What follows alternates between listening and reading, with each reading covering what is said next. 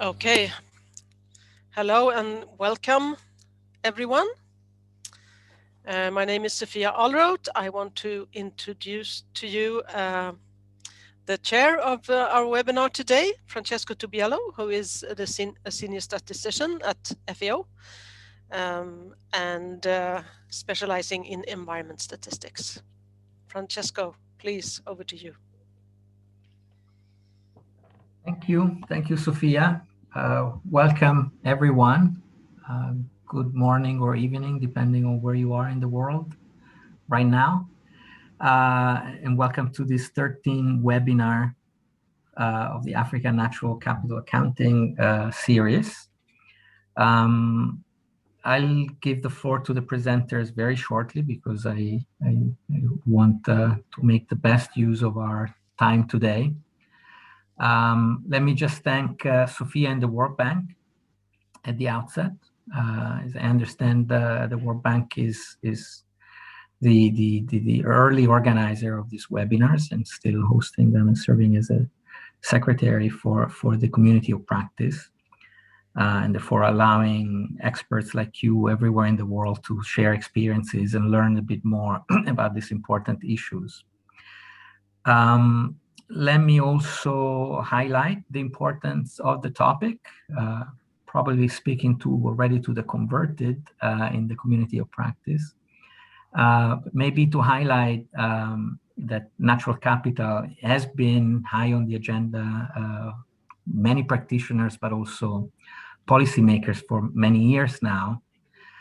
With the most recent event that it's worth highlighting, with the release of the System of Environmental and Economic Accounting for Ecosystems this past March, the Statistical Commission, which was taken up by no less than our UN General Secretary, who heralded the report and the new standard as very eventful in allowing accounting of natural assets and services into the economy. And this is basically what we are going to hear about today from our two speakers. I'm very pleased to introduce Silvia Cerilli and Fouad Berjigui from FAO. They will talk to us about a new project that is being developed in Sudan on riverine ecosystems that focuses on natural capital and has a specific angle also on applying the SIA accounting framework within the natural capital framework. Silvia is an environmental economist at FAO headquarters with many degrees, and I know her well because she sits in my team. Maybe just to highlight the one thing that I consider very relevant to the work she does with us and for this seminar, she's one of the lead authors of the SIA Agriculture, Forestry and Fisheries, and she's an active participant of the international community on these issues. And Fouad Berjigui also has been with FAO for some time now, based in Turkey, but with very long experience in Sudan. He's an environmental expert who's been following the themes of natural capital with us and is being instrumental in the development of the project that you're going to hear shortly. So with that, I thank you, Sophia, and give you the floor again, and then back to our speakers. Thank you so much, Francesco, for this nice introduction. So without further ado, I would like us to get started and give the floor to Fouad, who will start giving an overview of the Sudan project. Fouad, please. Thank you very much, Sophia. Good morning, good afternoon, good evening, everyone, depending on when you are based. It's a big pleasure today to be part of this webinar, to talk about a very interesting topic, extremely useful and timely discussion to happen, as we are entering the decade of action towards achieving the SDGs, but also as a lot of international conventions and sustainable development agendas are also trying to accelerate the pace of achievement and implementation of the objectives. We're all working towards achieving. So let me start by giving you a little bit of an overview about the project we are supporting in Sudan before we have a deep dive into the NCA work that is led by our colleague Sylvia. So let me just share my screen with you.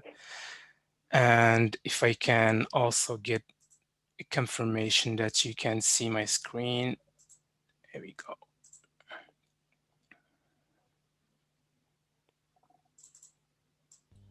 Yes, we can see it. Perfect. So basically, we will just start with the objective and then have a look about the challenges, that this project is facing on the ground, or like the current ecosystems, the riverine ecosystems we are targeting are like facing on the ground in Sudan. We will be also looking at the target landscapes, and then we'll be discussing some of the interventions before handing the floor to Sylvia. So regarding the project objective, basically this project is looking to restore and maintain critical ecosystem services that are like globally important, generated within the riverine forest landscapes that are along the River Nile in Sudan. So the project basically is targeting 6 different landscapes. We'll have a look at that shortly on the maps. And we are targeting 33 forest reserves that are like currently being operated primarily for commercial purposes. And each of these sites will be undertaking a number of interventions to demonstrate the economic, social, and ecological values or advantages actually of conserving biodiversity. So the project will sit in place a biodiversity conservation program through which we will be applying adaptive management principles at the landscape level, so we can build capacities within government officials, but also at community level, to make sure that project results are amplified, sustained, and replicated. So as you can see, we have 2 main objectives here. So the first one is to be able to manage ecosystems, riverine forest ecosystems of more than 50,000 hectares, to benefit biodiversity and maintain productive value within these landscapes. While at the same time, we would also like to make sure that we have an impact over 20,000 smallholders and private producers reporting stable or improved standards of living resulting from the conservation of biodiversity and mainstreaming biodiversity conservation into the way we manage these landscapes. So let's look at the challenge ahead of us. Under the existing scenarios, Sudan's riverine ecosystems are increasingly degraded. So this degradation basically is associated also with the depletion of the globally significant biodiversity that these ecosystems are offering.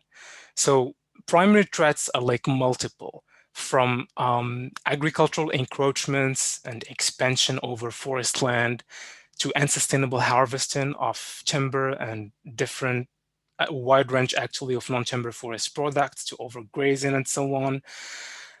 We also have like issues related to climate change, induced variability, that is also observed currently due to climate change, but also like future projections.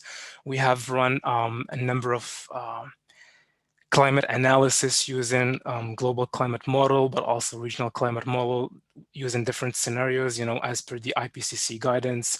And all these this climate data actually was also calibrated with some ground observations based on weather stations data that was gathered in Sudan, collected and used. And the results are showing that actually there are a lot of things happening in terms of decrease in precipitations, increase in temperatures, but also the increase in extreme events such as flash floods, dry spells, and so on.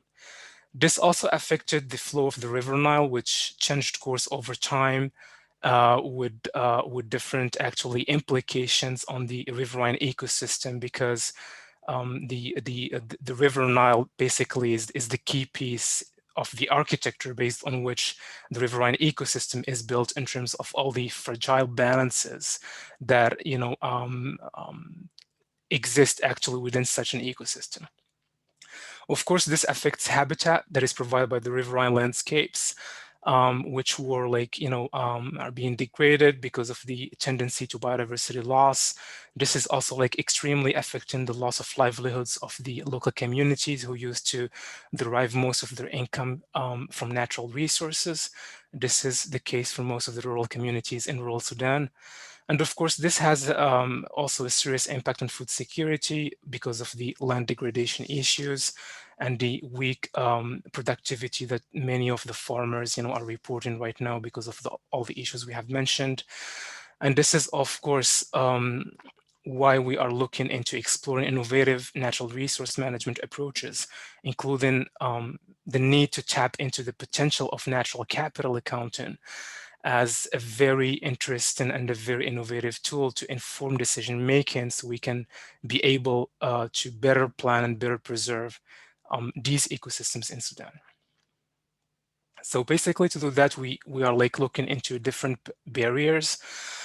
The first barrier basically would be how can we address the limited capacity to strategically mainstream biodiversity conservation while looking into spatial planning, while looking into updated management plan of these forest reserves, but also the landscape surrounding the forest reserve. So the approach is really a landscape approach. We're not just thinking about what can be done within the forest reserves themselves, but also what can be done outside of the forest reserve, because we cannot think just at the scale of the forest reserve. If we are going to be, working at an ecosystem scale, we need to be also thinking about what's happening outside of the forest reserve. And this is why we're using this landscape approach to make sure whatever happens outside the forest reserves is also part of the narrative to make sure that we preserve the whole ecosystem and we maintain the flow of critical ecosystem services being generated, from the riverine landscape actually along River Nile in Sudan. The second barrier is the limited experience and capacities at national levels to demonstrate the potential benefits for mainstreaming pro-biodiversity conservation, especially within the productive sector. So the idea is, how can we bring in conservation together with agriculture, with livestock production, and so on, to be part of a solution of a fully balanced equation where the environmental benefits are being delivered by the end of the day. And the third barrier we're facing actually is the inadequate familiarity with monitoring and knowledge management system within Sudan itself to inform decision making. So let me take you into a sort of a deep dive where we look at the landscapes we have in Sudan. So this is Sudan, as you can see on the map. We have three states, Northern State, Khartoum, and Gezira State. So basically, we're going to be targeting each of these three states, and we are going to be working along the Blue Nile and then the Nile River, actually following the confluence of the White and the Blue Nile in Khartoum city, going up north towards the Northern State. So this is an example from Gezira State. As you can see, the colorful patches along the Blue Nile here are like the riverine landscapes we are targeting through this project, and we developed like a package of interventions. So basically, if we look into the details, this is one of these patches. As you can see, we have a demonstration site here in light blue, and we have other like patches of the forest reserves. And again, the idea is to bring in all these together through a common integrated management approach where we target the forest reserve, but also the landscape surrounding the forest reserves where much of the productive practices are happening and that we need to influence. And one very critical entry point to influence these productive practices is through informed decision-making based on natural capital accounting. To give you a little bit of flavor about what we're talking about, so basically here, this is what you can see here within this polygon, in blue is one of the forest reserves. So you can see that the current state of degradation. You can see also the encroachment happening, from agricultural activities, which are like somehow putting this hard barrier between the flood waters that are coming from the River Nile, because as you know, one of the key species, if not the emblematic species within the riverine forest reserves, basically, is Acacia nilotica, which is a hydrophilic species. It needs to keep its toes wet in the water, so it needs to be flooded given during a certain time within a given year. So the idea is to work together with government stakeholders, but also local communities, to be able to develop this landscape integrated approach where we have strong incentives for farmers as well to use sustainable agroforestry practices and maintain actually the functioning of the whole ecosystem that provides critical ecosystem services. This is another example. This is the Sunet forest in Khartoum, the only remaining Sunet forest, which is actually at it's nested at the confluence of the Blue Nile and the White Nile, basically, and it's providing a huge ecosystem services actually for Khartoum city, which is the capital and the biggest city in Sudan. So basically, it provides huge services in terms of floods management, recreational services, but also, a lot of communities living around this Sunet forest are also using it for livelihoods, and it has quite a very important value for the population and people living in Khartoum. So in terms of interventions, we are having three different set of interventions working along three work streams or components. So component one, we will be actually supporting the establishment of strategic spatial and management planning. And to do so, actually, we will run a series of ecological, social, and economic assessments, including through the use of NCA accounting tools, such as the CAFF developed by FAO, that we're going to be looking into more in details later on in the next presentation. And of course, this will help us also plan accordingly for the interventions that will be happening under component two. These are like demonstrative interventions to upscale productive practices that are designed to integrate and reflect pro-biodiversity conservation actions within the riverine landscape. So the project would actually invest several efforts that specifically target threats that are like emanating from the unsustainable productive practices, whether it's agricultural, livestock, forestry management practices that are being actually implemented. And the last intervention will be basically focused on assisting Sudan and our like partners in Sudan to set in place activities that are required to ensure that adaptive management is developed at the landscape level, and it benefits from informed decision making and adequate and policy and financing support. Again, this is where the CAFF work we're doing comes into play, especially that we are also like having a close cooperation with the statistical entities in the country, so we can make sure that we can support the national efforts into internalizing natural capital into national accounts. And this is going to be a solid foundation to inform decision making in the country. So overall, the project aims really to increase or like improve the management practices over 50,000 hectares of riverine landscapes, to increase the globally significant environmental benefits, and conserve biodiversity within such a critical landscape in Sudan.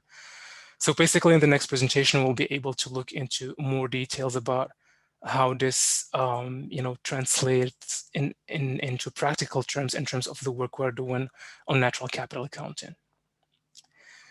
Thank you very much, and over to you. Thank you so much, Fuad. It's really an interesting project, and this landscape approach that you are taking is extremely interesting, I think, and we really look forward to now hearing more from Sylvia on the natural capital accounting side of the project. And before we do that, I just would like to inform all participants that you will notice that you are muted and you can't unmute yourself. You will have to ask me. But we do want to request you to put your questions in the Q&A box. There's a specific chat box called the Q&A. So if you have questions and comments and things that you want us to discuss during the session after the presentation, then please put it there. And we will answer them or give you the floor later on after the presentations. Thank you. So, Sylvia, over to you. Thank you, Sophia. Thank you, Fuad, Francesco, and thanks to all participants for being here. I think you have noticed that we ask you to compile a questionnaire, and I'm going to share the few of the results that we got from the questions. So let me just double check that you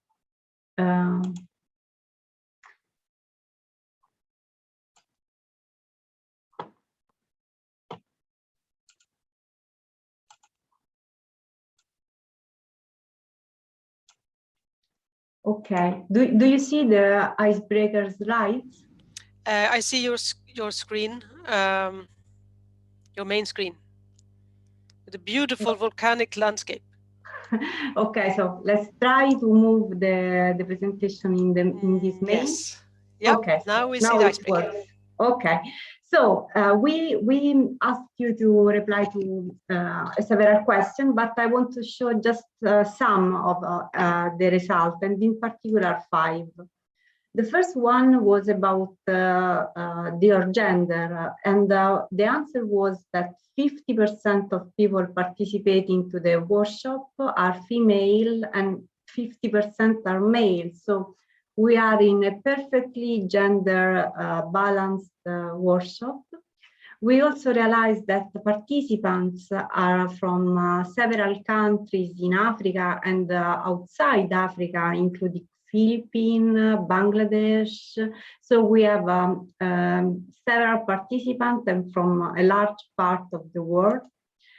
And what I found particularly interesting is also that 100% of you are already aware of what is ecosystem services, have already heard about these 2 terms, ecosystem services and natural capital, and are already aware of the importance for our life of ecosystem services. But despite this knowledge, there is a strong willingness, the 92%, the willingness of knowing a bit more about the natural capital. So these results confirm that it's really a pleasure to be here, and we hope to give you some additional details on natural capital. But also, as Sophia was already highlighting, we are here also to listen about your ideas, because the project has been just approved, so the implementation phase is still to come. And we would be glad to hear your opinion as experts, not only as participants. Okay, so I think that also for the main presentation, I have to move to, okay. Do you confirm that you see my screen? Also, yes, I see the PowerPoint. Okay, and now I just want to make okay, a reading view. Okay. I will try to be synthetic regarding the scope of the project, because Fuad has already perfectly explained what we are trying to do. And I will focus my presentation on 2 aspects of the natural capital analysis component. From one side, the baseline analysis that has been performed has been performed also using FAO and FAO data and the questionnaire that are managed, including the one from land use from our team.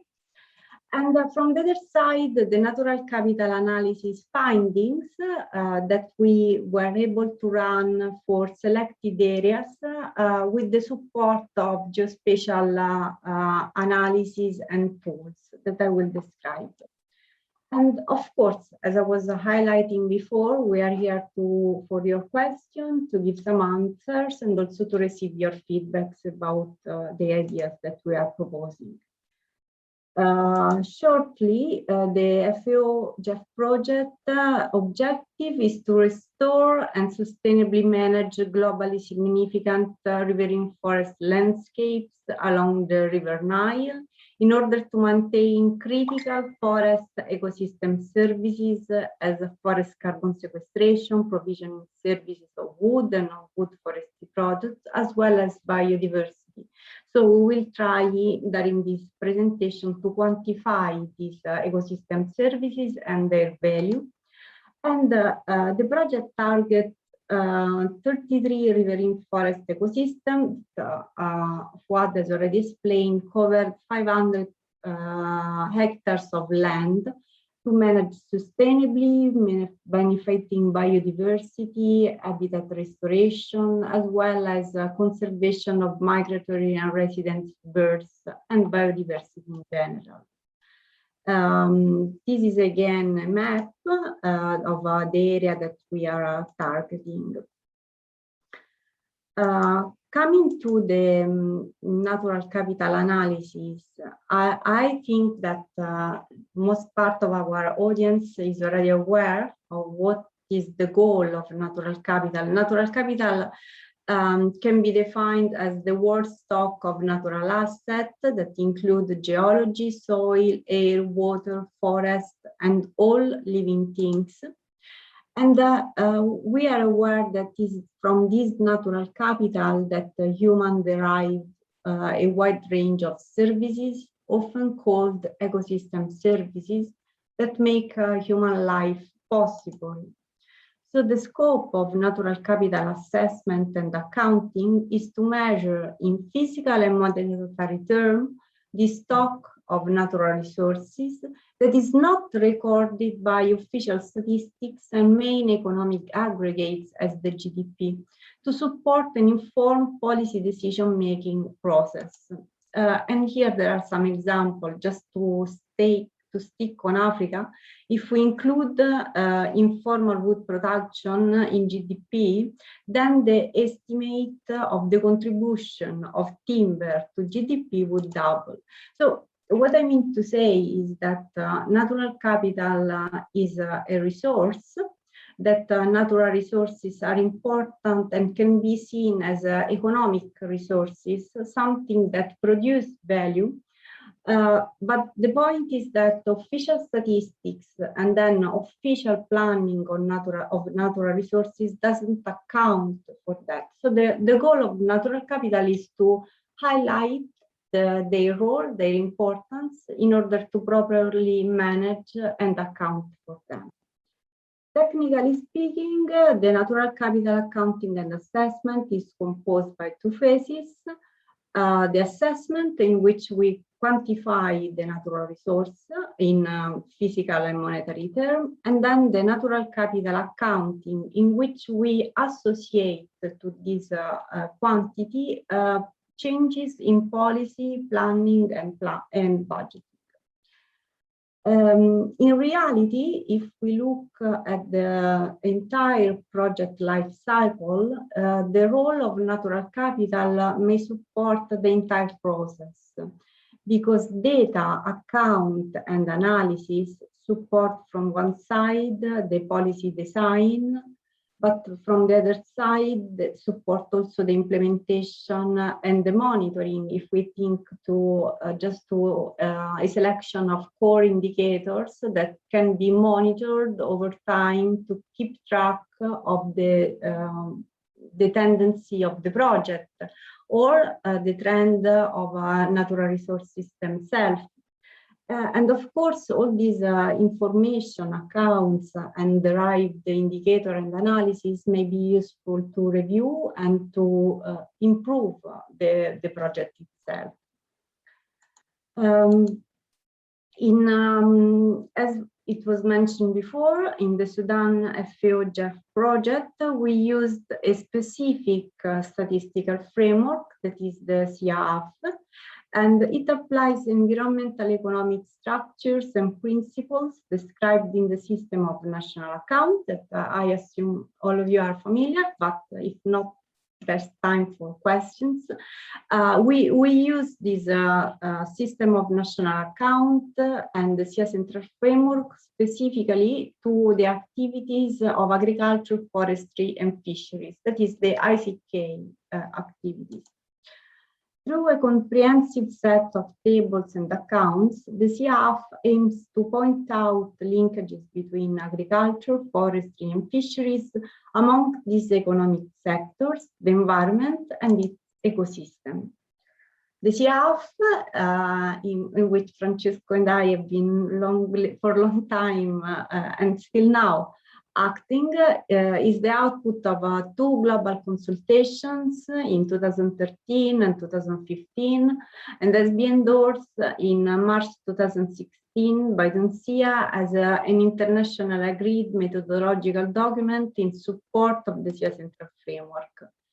After additional feedbacks by pilot countries, international fora, and internal FAO revision, the final version of this document has been published online in March 2020 and is available at this time.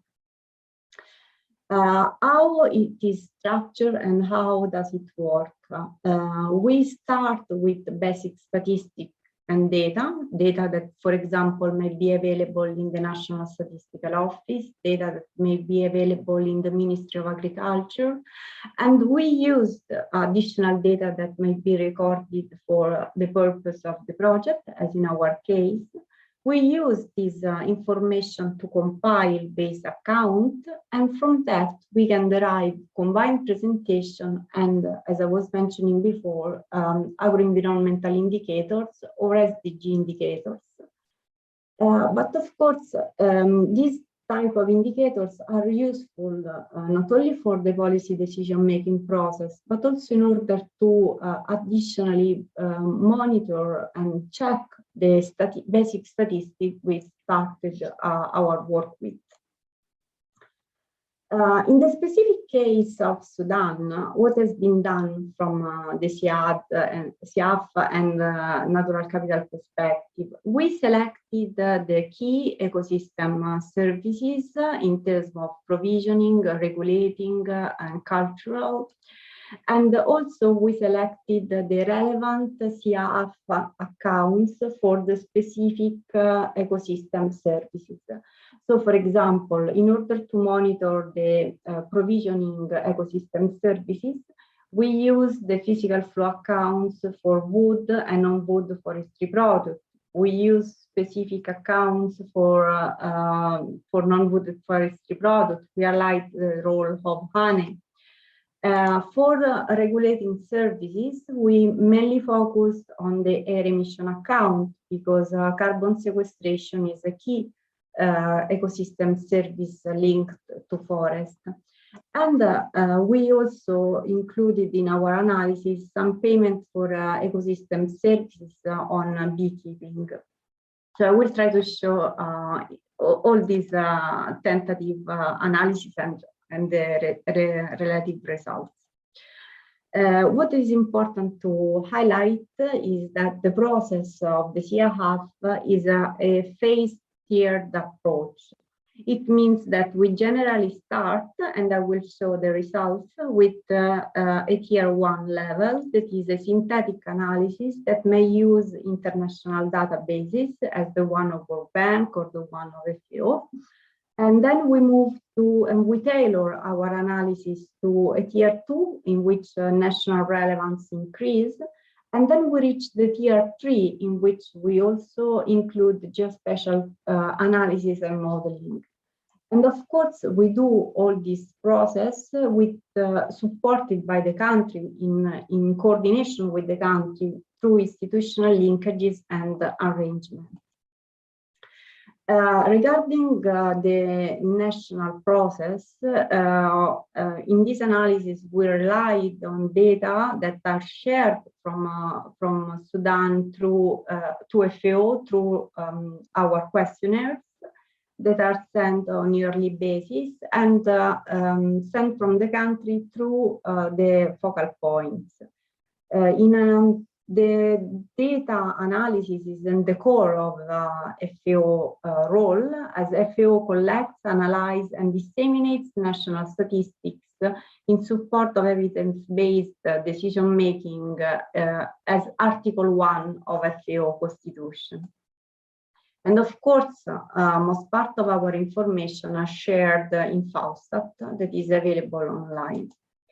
So in terms of our analysis, what have been done as a baseline analysis? First of all, we run a land account analysis. When we talk about land has to be considered as a unique environmental asset that delineates the space in which economic activities and environmental process take place, and within which environmental asset and economic asset are located. So land is an essential asset, and we tried to monitor that in Sudan in two different perspectives. The land use that reflects activities undertaken and the institutional arrangement put in place in a given area for the purpose of economic production. And the land cover that refers to the observed physical and biological cover of the Earth surface and includes natural vegetation and abiotic surfaces. So these two perspectives are complementary in the sense that to know what the land is arranged for, is recorded from, for example, an agricultural census perspective, is important, but is not a complete information, because we also need to know, and the case shown by what I think is quite clear, we need to know what is exactly at the time being the surface land situation, and that is a land cover perspective. For example, if we compare these data that were found for Sudan for 2018, these are the land uses classes.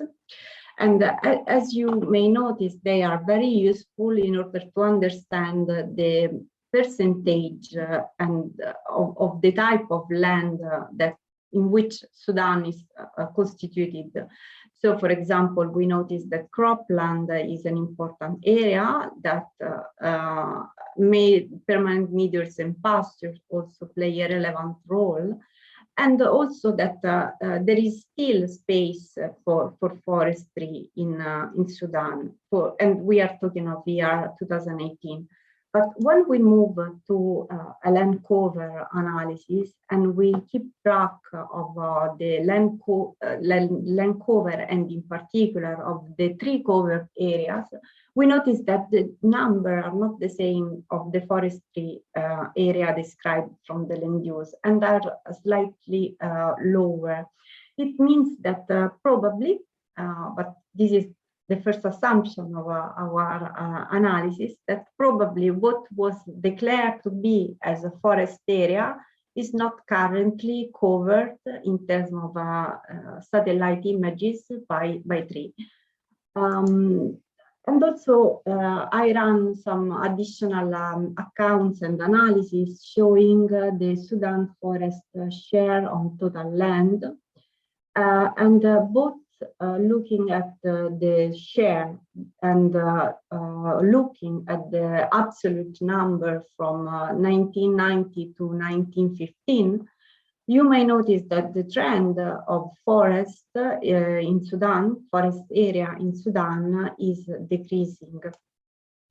An additional findings is that if also we just look at numbers as reported from the official questionnaires, we are still at tier 1 analysis, but I think that is still interesting to notice that the trend of artificial area is increasing, while looking at the numbers of agricultural area and cropland, they look quite constant. So the numbers show, the natural capital baseline analysis show for these selected years and at national level a clear trend in which we have a forest area decreasing, we have an artificial areas increasing, and of course, this is just the starting point. So what we have done has been to apply a specific account for a forest, that is the forest and other wooded land, the physical asset account for forestry, sorry. And once again, if we also split the situation of forest by forest type, and here you have the years from 1919 to 1915, we have still, for all type of forest, unless planted forest, a decreasing trend. By the way, these data are useful also to compute the indicator 15.1.1, forest area as percentage of total land. I didn't compute the indicator, but I think that the trend is quite intuitive. Another finding from the data for FAO is the increased production over year of roundwood and mainly of wood fuel. So at this point, the situation looks a bit more clear. The numbers show a decreasing trend of forest area, an increasing trend of wood production and wood fuel production. But as I was mentioning before, we also looked at other provisioning services than wood, and in particular the non-wood forestry products, and we found an important contribution of honey to the provisioning services as a non-wood forestry product. Another aspect that we considered related to forest and their ecosystem, as I was mentioning, is the regulating services of carbon sequestration. And for that, we used the CIAF air emission account. Francesco is the person that contributed definitively to the development of these analytical findings. So I'm happy if he wants to add something. But basically, what we have been doing with this specific account has been to focus on ISIC categories for agriculture, forestry, and fisheries, and to map them with the UNFCCC categories, so that you have two international processes that can be computed through a unique accounting tool. In the case of Sudan, I ran some preliminary analysis, but it's quite intuitive regarding the Pearson index that we derived, that the carbon sequestration is strictly linked to the forest surface available. So more the forest is reduced, less is the capability of the ecosystem to absorb carbon. And we tried to give some number also in this case using FAOStat, and using a methodology that has been jointly developed with JRC, the European Research Institute. And the methodology aims to distinguish between the ecosystem potential and the ecosystem demand. The ecosystem potential is what the environment could do And ecosystem demand is what humans ask to the ecosystem. The linkage, the intersection between the ecosystem potential and the ecosystem demand is the ecosystem actual flow. That is what has been computed, is computed generally. But in the specific case of Sudan and of carbon sequestration, of course, there is no unmet demand. It means that there is the need, the assessed need of forest and forest surface from humans is not met. There should be more forest. In the case of our analysis using FAO for Sudan in 2015, we estimated that 74 million tons of carbon were uptake, with a corresponding value of 2.2 billion euro. And these numbers are quite important if we consider that the GDP per capita in Sudan in 2015 is 1,500 euro. So the role, the importance of these ecosystem services are really impressive.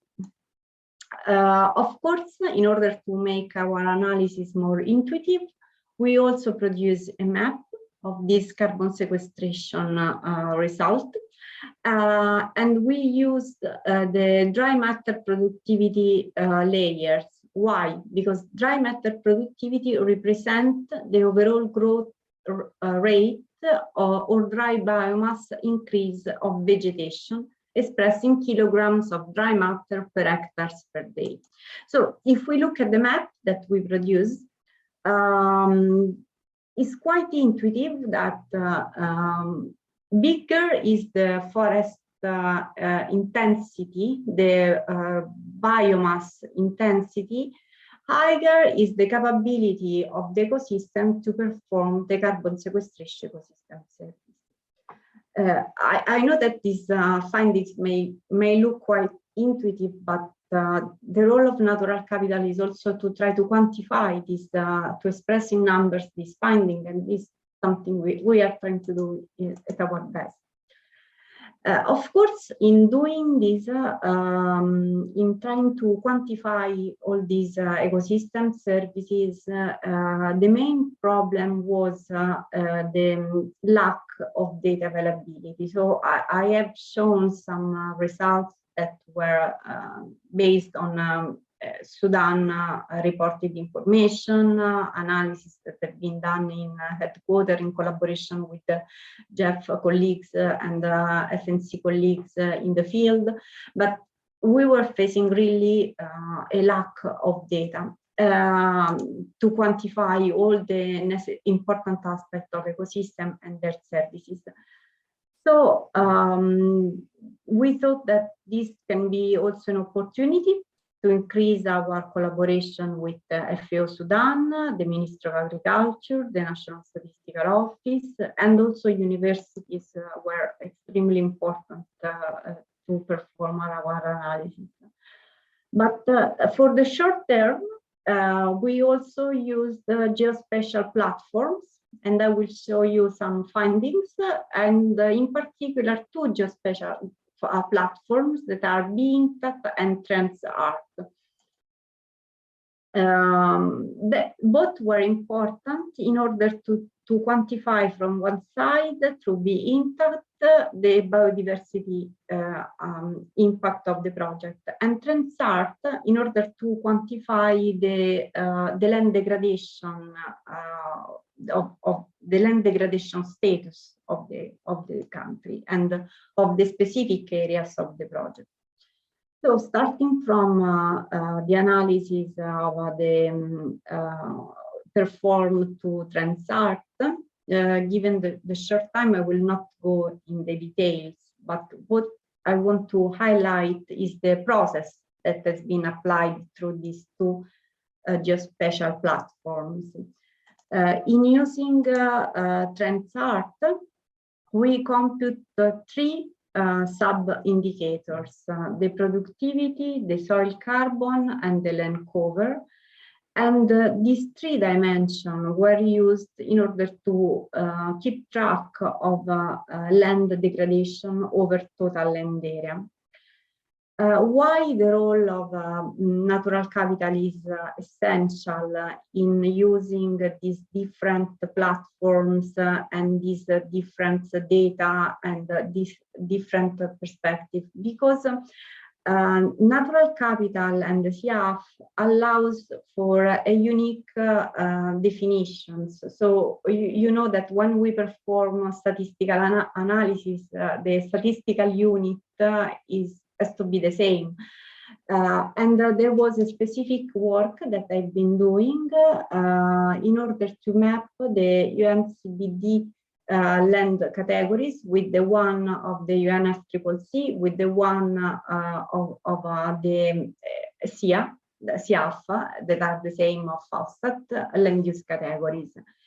And this comparison allow us to have an homogeneous analysis of the whole natural capital analysis done through the project. Without going in the details of the land cover analysis, it's important to highlight that we compared a baseline year 2001 to 2010 with the reference target period. And as I was mentioning before, we mapped the UNCCD and SIA categories, and then we use a predefined land cover matrix that, according to the land cover change over time, assess the state of a stable, improved, or degraded area. And these are the land cover results for a specific area, Gezira State, that is one of the area in our project analysis. Of course, as is suggested, and as experts, I think you are already aware of that, all the quantitative analysis that we do, we try also to map in a specific visual map. So in this slide, you may see from one side the quantitative analysis, from the other side the corresponding map. We have done, with the support of our geospatial expert, the same for the soil organic carbon. And also for this, we use predefined coefficient associated to the land use / land cover change over time, getting results for, this is always Gezira, of course. And we also assessed land productivity. Of course, when I use the concept of land productivity using geospatial information, I refer to the physical land productivity, and in particular to the proxy of the NDVI. We analyzed NDVI dimension in the productivity, performance, and trajectory dimensions, and we get our results for Gezira, in which, as you may notice, the trend of the general trend at state level is quite stable, and we produce tabular and map, tabular data and map also for Gezira. And finally, we combine these 3 components in order to compute the indicator 15.3.1. So it's important to highlight that the multiple uses that you may do of the natural capital analysis. From one side, you have a physical analytical quantity. From the other side, you may derive map. From the other side, you may use also this information in order to have an international view through SDG indicator of the area. Finally, in terms of additional tool, in geospatial tool, we use Being Thought in order to keep track of the biodiversity impact of the project. We know that biodiversity is the variability that exists among all living organisms on land, in freshwater water bodies, and in the oceans. It includes ecological complexes in which these organisms interact. It encompasses the diversity within species, the diversity between species, and the diversity of ecosystem. I think there's no need to highlight the importance of biodiversity, but it's important to highlight what we have done in the assumption that we have done in our analysis. And the assumption is that a complete loss of biodiversity corresponds to an equivalent complete loss of the supply of ecosystem services for a given area of intervention. I will try to skip some because I want to give time for questions and answers. What is important to highlight is that this biodiversity integrated assessment and computation tool is able to give quantitative and qualitative information for the selected area. So in our case, we run being taught for a specific area, the Sudan forest,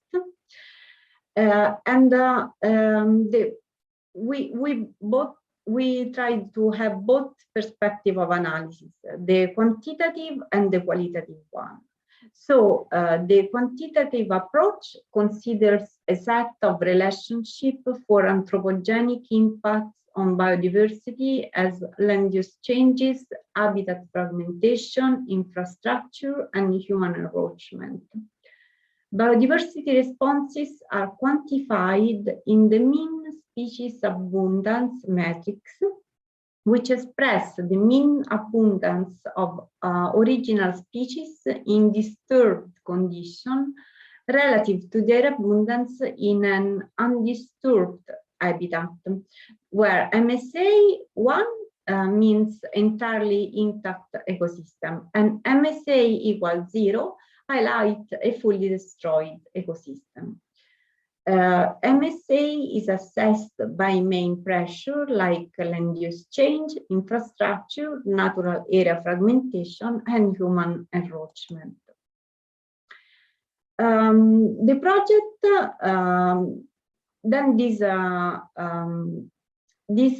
mean species abundance index was run with the support of our geospatial expert for Khartoum area, and as you may see from the analysis, the project was assumed to increase the positively impact on the mean species abundance because it will move over 3 years from 0.35 to 0.42. So it's a 20% increase in 3 years' time. The measure improvement will concern the land use change, and this is in line with our project code because we are aiming to improve the land use and land cover condition of forests. In particular, MSA for land use change is estimated to move from 0.7 to 0.85.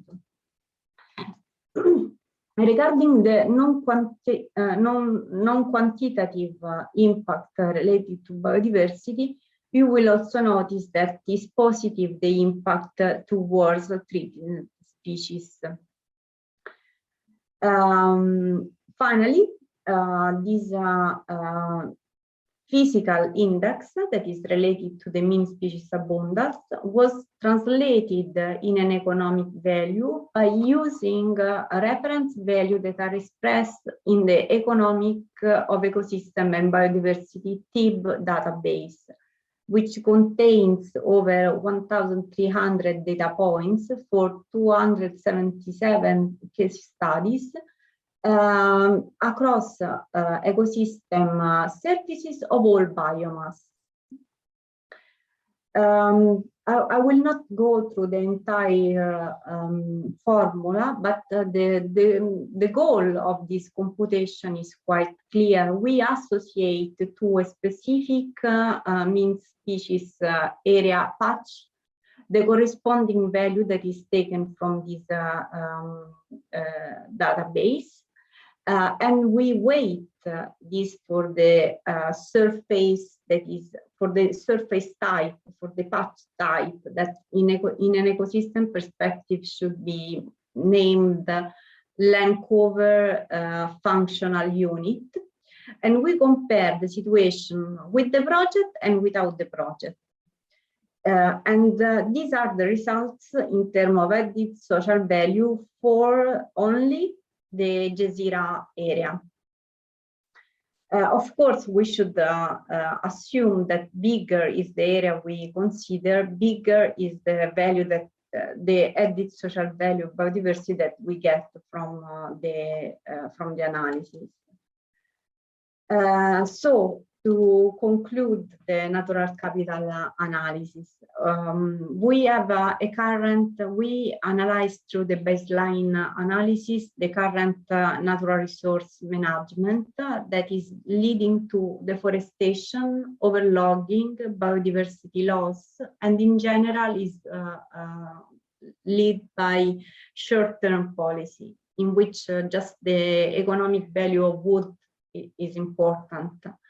And we were able to propose an alternative that is natural capital driven, that aims for a sustainable management of forests, which aims to valorize ecosystem services and ecosystem assets, to protect biodiversity, to consider non-wood forestry product as a source of income, and that aims for a sustainable and long-term policy and management of natural resources.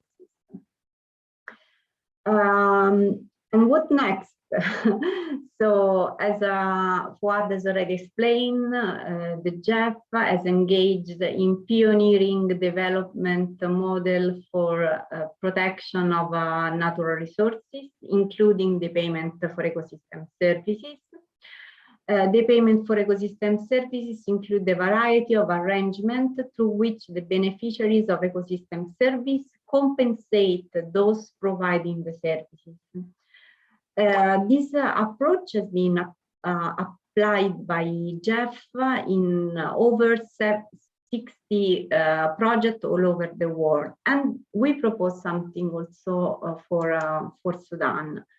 Of course, as I was mentioning before, our analysis was supported by literature review and also the support of the Khartoum University.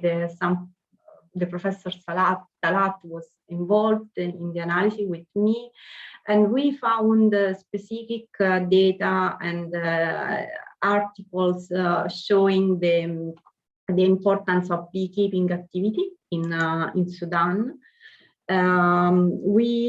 Data confirm the economic feasibility of this type of approach with a rate of return on investment of 46.2.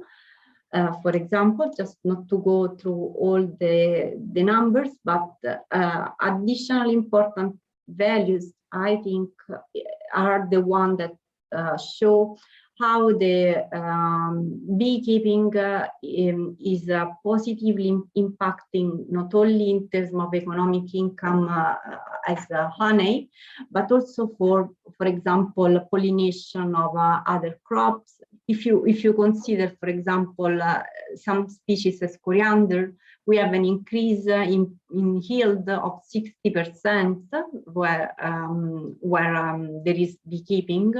Or also, if you look at seeds production, we have a significant increase when there are pollinators. And the same is even for the weight of the seed. Beekeeping was proposed not only because of the honey value, but also for all the derived products that you may get from honey, bee wax, royal jelly, propolis, bee venom, pollen, pollen as food for humans, of course. And also for a gender, in a gender perspective, this product may be produced by men and women and be sold in local, national, international market. And finally, this is an activity in which we are not cutting forests, but protecting their ecosystem and their biodiversity. Of course, we will not go, and we have not yet completely set the schema, but is essential for this arrangement to work, the involvement of local community and the involvement of the FNC, the support of our local partner, national partners of FAO Sudan, of universities. Is important for local communities to understand that this activity is an alternative source of income and is an alternative source of income that respects the value of biodiversity and the natural resources. In the scheme of payment for ecosystem services, the local authority, FNC, could contribute to the cost of implementing this activity and at the same time receiving an income from the beekeeping revenues.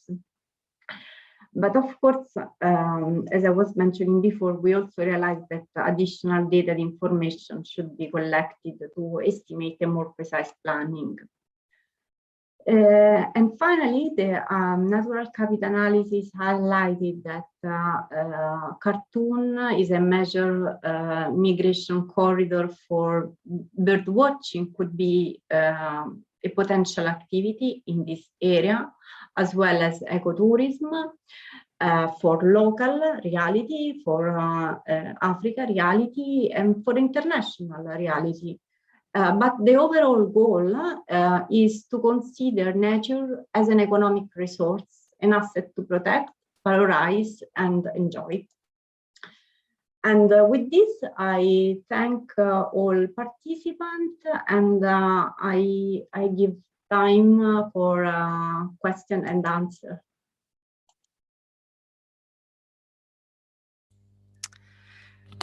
Thank you so much, Sylvia, for this extremely rich and informative presentation. I think there was so much interesting information and knowledge in there that I'm sure is so useful for the people listening here, and to understand, I mean, what could they do in their countries, and also to see the wide variety of methods and methodologies and data that is out there for people to use. So thank you very much. And before I open up to questions from the audience, I would like to say also that because you cannot unmute yourself and ask a question, so please, you can just say in the chat, I want to pose a question. You don't have to write it down totally if you don't want to. If you do, I will read it out, but otherwise just say, I will pose a question, and we will unmute you so that you can pose the question. I would just take you know, the privilege I have as the moderator to ask the first questions.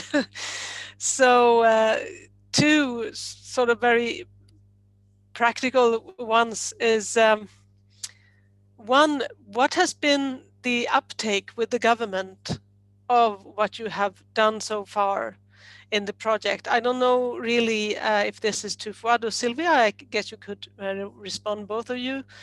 But it's so nice to see that this natural capital work is so well integrated into a larger program that has a number of components of capacity building and doing things on the ground. I think that's really the very best way to do it, to make it used right away, and it comes to really speaks to relevant issues directly.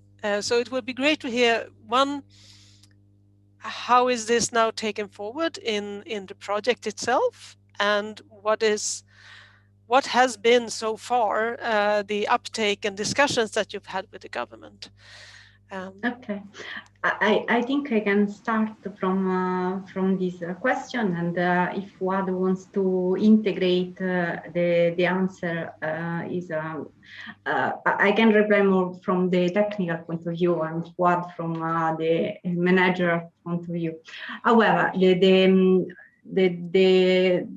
the dialogue with the country from a technical perspective has been really important and intensive. As I was mentioning, I've been constantly in touch with Khartoum University, professors from Khartoum, and of course with FAO Sudan and the FNC that is part of the Ministry of Agriculture. So the analysis has been developed in collaboration with the local authorities, and to my knowledge has been endorsed by local authorities in the sense that we are in the phase in which we are finalizing our document to be submitted for GEF approval. But the idea is to work together with the country, for the country, and this type of perspective, despite the fact that sometimes it's a bit challenging because lack of data, difficulty in coordination, and we also face this COVID situation that was not easy to manage. But in any case, to my knowledge, is as much as possible integrated with the country. So, and the implementing authority is the FNC. So it's something that will be implemented if the project is approved, will be approved by the local authority. I don't know if Wat wants to add something. Sure, just quickly on that, I think. Thank you so much again for this very interesting question. So basically what we have found out is that in order for us to challenge the business as usual and innovate in terms of the managerial approach to be implemented across the riverine landscape, moving from managing forests for wood, for fuel wood, for outer lake non-timber forest products to managing, a riverine landscape using landscape approach. There was a strong appetite within research institutions, universities, academia, from actually Sudan as well. And we have also seen that a lot of professionals working on natural resource management, forest management in Sudan were also extremely interested actually in building capacity and extrapolating the insights from natural capital accounting into decision making. So the idea is to really inform decision making, in Sudan when it comes to natural resource management, especially within the field of forest management. So I think there is a fertile ground for us to plant the seeds of natural capital accounting, especially that we have delivered 2 trainings during the preparatory phase of this project. And again, we have seen that there is a strong appetite, academia, research, national institutions, all willing to take this one step further. And during the project implementation, we're going to be having more in-depth, deep dives, analysis into the NCA land, so we can find out, how can we inform decision making? How can we make sure that decision makers in Sudan, in charge of the forest, in charge of biodiversity, of natural resources in general, are well equipped and well informed and have the tools they need to make informed decisions, for a sustainable development pathway that encompasses the need of for economic growth, for social development, but also for environmental sustainability. Over to you. That's super interesting to hear, and yeah, really congratulations for a very good project. So we have 2 people who want to ask question and comment. First of all, Sylvia, maybe I'm not sure you want to stop sharing your screen. Then we have a question from Bernard Caillot. How is it decided that a landscape or other approach is to be adopted? Is there a sort of hierarchy in the SIA community framework, or how is that decided?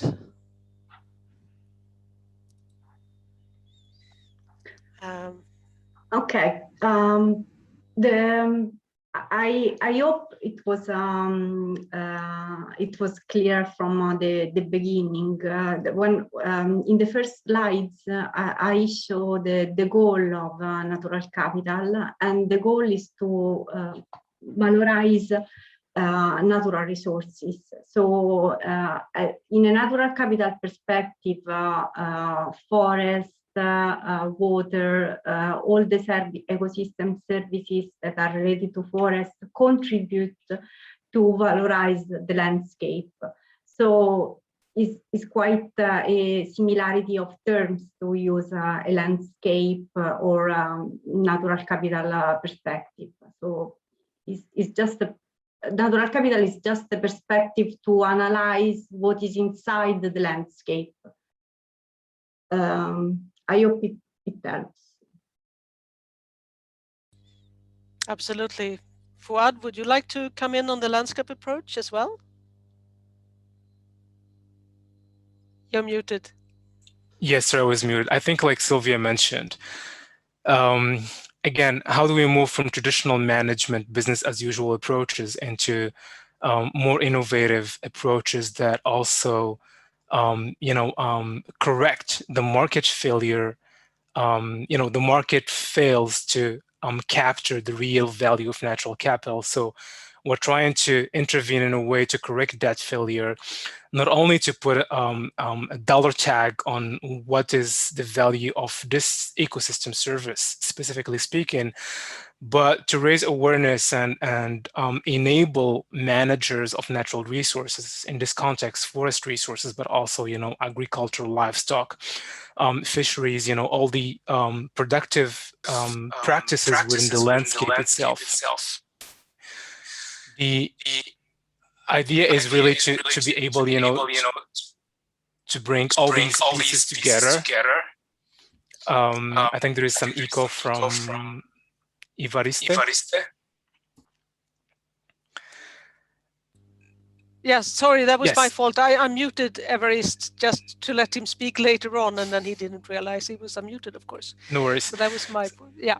So yes, the idea is really we went through this landscape approach because, again, it offered an improved way of managing natural resources, a way that, again, builds on the experience and the lessons learned from the business as usual way of managing natural resources in Sudan, but also adds up like other layers of complexity that provide additional information and data for informed decision making in the country.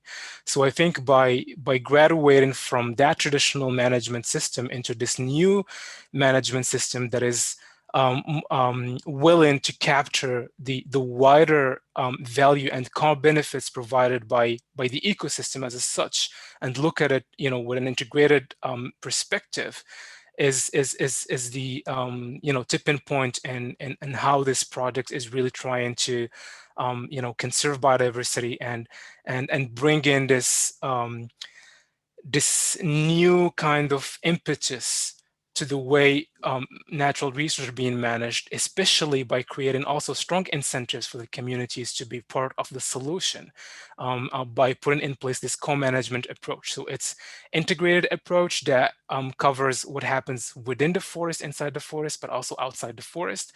But also it's an integrated landscape approach that also brings in communities to be part of the solution as co-managers of the forest landscape together with the forest authorities in Sudan. So I think this is how we're looking at it, and definitely there is nothing we can do if we don't build this managerial approach based on solid NCA knowledge, and information. So by doing all the NCA work, we're really kind of building solid foundations for informed decision making, but also in order to be able to increase the efficiency of the resources we have in terms of making sure that we have a good targeting of how do we spend the money we have, and how we make sure that all stakeholders involved in a way that makes a strong case for this landscape approach to work all together. Thank you so much. So I would like now to invite Everest to make a comment. I think you should be able to unmute. Yes. Yes.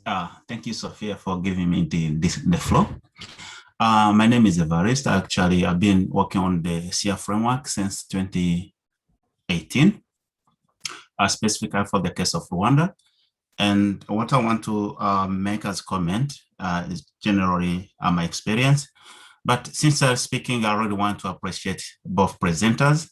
They have great work already done for Sudan. And I guess what now is probably going to be challenging is typically implementation, because if I'm not mistaken, it seems like you have already completed the Tier 1 analysis, which is showing the general picture of the ecosystem service for Sudan. And then the next step probably is how you are going to communicate this result to policymakers and to make sure that you are really making the project more sustainable, even after you completed this project, how the government is going to take over the responsibility to carry on the ecosystem restoration of the landscape. So I just want to pinpoint like 2 points. One is just engagement in a political landscape, which is more likely to see already engaging the policymakers. That Mohammed has critically discussed the point, but I want just to make some comment about it from my experience. So I see like when it comes to engagement, there are like 4 categories that I want to highlight. One is policymakers, which you have already gotten the green right. That's why you are making the project implementation in the country. So the next stakeholders is just the community, specifically when it's come to landscape management, how the community is going to be involved in the project. The third one is going to be the academician who's going to take over kind of research technical skills. Then the last one is going to see, I don't know if you have already considered the private sector and there is private sector and community conservation organization. Those are the key to make sure that they're already engaged in this project. Then they can also keep informing the community. Specifically, they are the one who is motivating the community in terms of awareness. And the another point that I want to highlight is now on technical aspect. So in technical aspect, specifically, I want to talk about ownership of the project. That is something that I have realized that for the case of Rwanda, it has been really helpful to give the ownership to the stakeholders. Like for today's presentation, I was actually expecting probably somebody from Sudan to be among the presenter, because those people, they're the one who do advocacy to the government more than how you can do that. If probably somebody from ministry or environment agents is now taking over of all those results that Sylvia has been presenting, and she's the one, or he's the one who is now talking to the government, we have this and we really want this to be advanced at that next level. So the government really take that at high level. And again, in doing that, you are also empowering the stakeholders, those institutions. They are now taking such kind of responsibility to do the work by themselves, to own the result, to own the consequence. So, which is going to really to inform their policy process making, even if whenever you are not there, they feel like they have technical skills. Then another point that I want to make was related to ecosystem service that you are focusing on. Sometimes in the beginning, you got really good ecosystem service, whether you even engage some stakeholders when you are selecting those ecosystem service.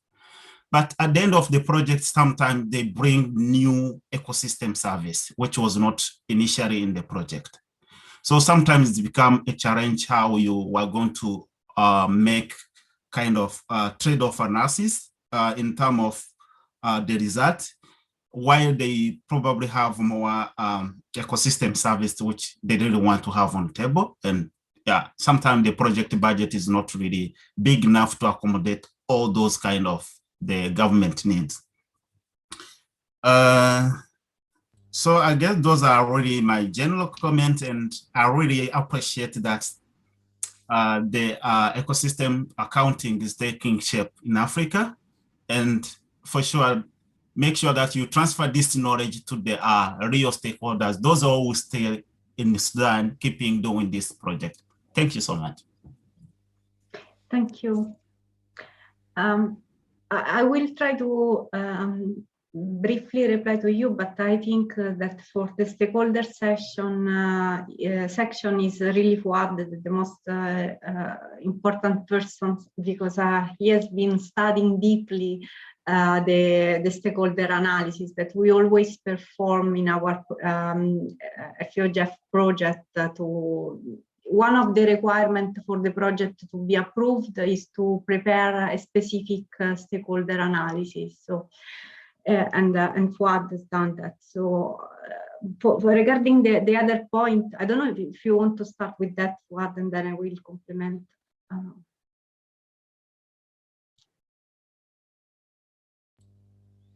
Sorry, you're on Sorry, I mute, was Fuad. muted, yes. Yeah.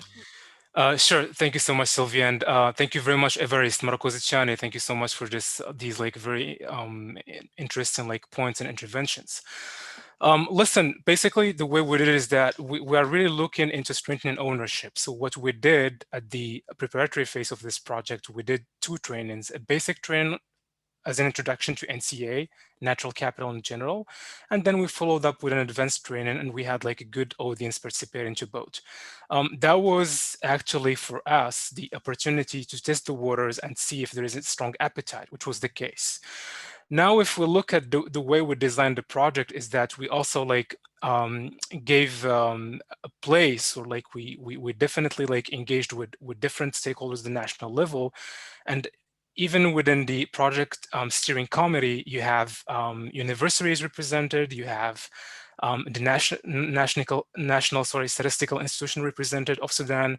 So all these are like included for a reason, is again, as you mentioned, to strengthen ownership and ensure that whatever we are doing in this project is contributing to build the solid foundations for Sudan to be able to internalize natural capital into natural account at the national level. That means informed decision-making, that means data available about the values, plural values of natural capital.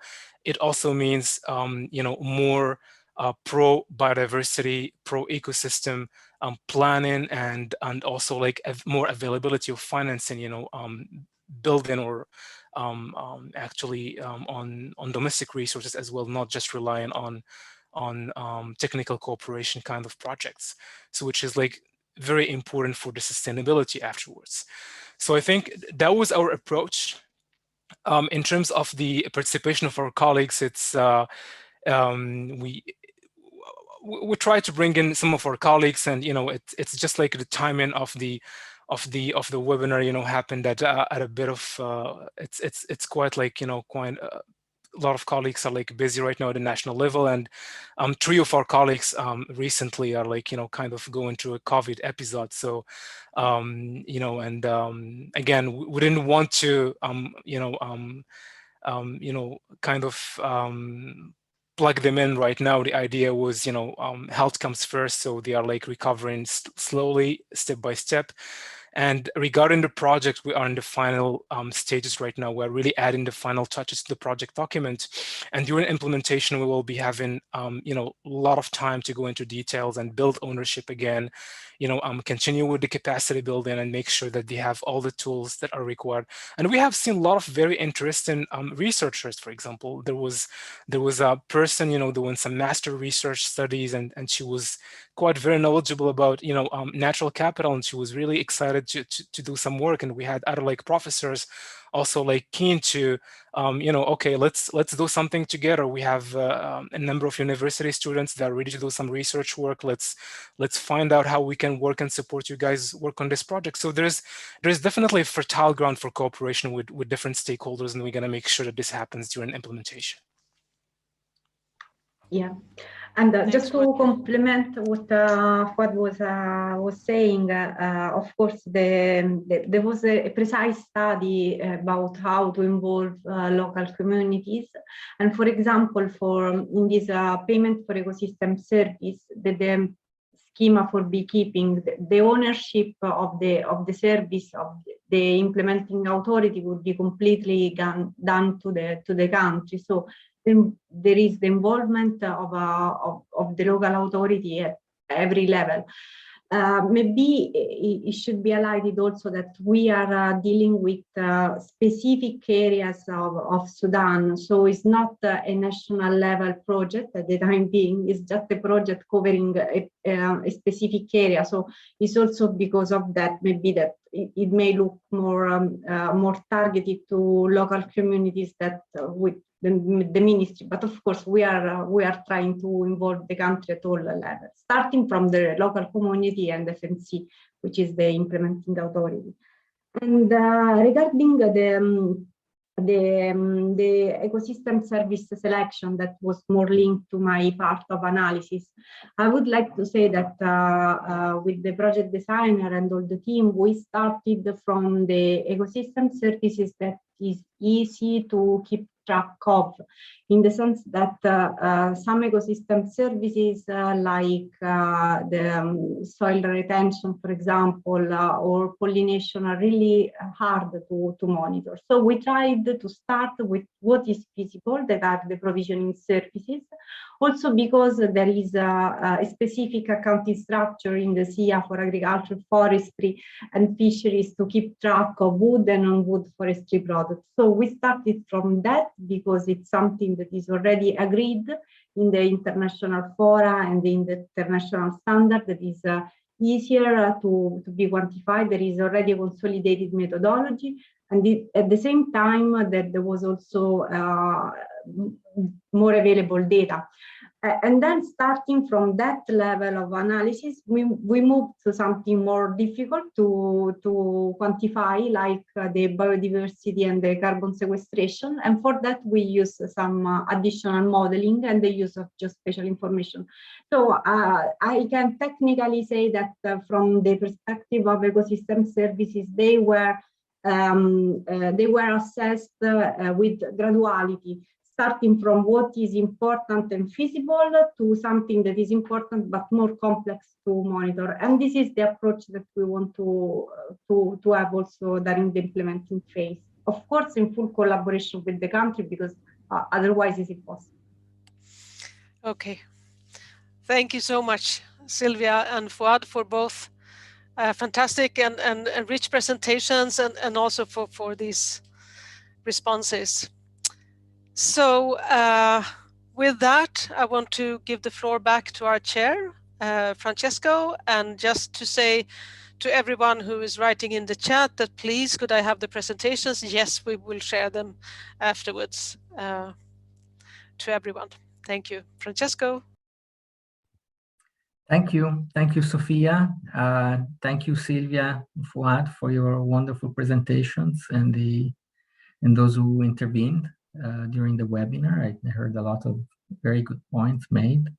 Maybe just to highlight that, you know, because this is going into a GEF project, you know, the presence of GEF in the GEF process will guarantee that there is maximum uptake by the government. Just to respond to one of the last comments I heard. And that's one of the positives of working within that structure.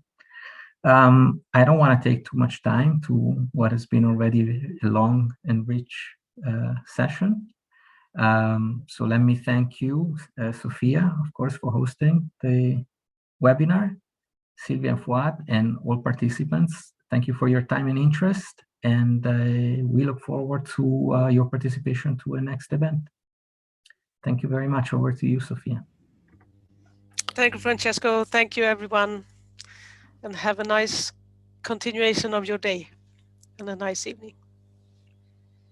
Thank you. Thank Have a great you. day. Bye-bye. Bye.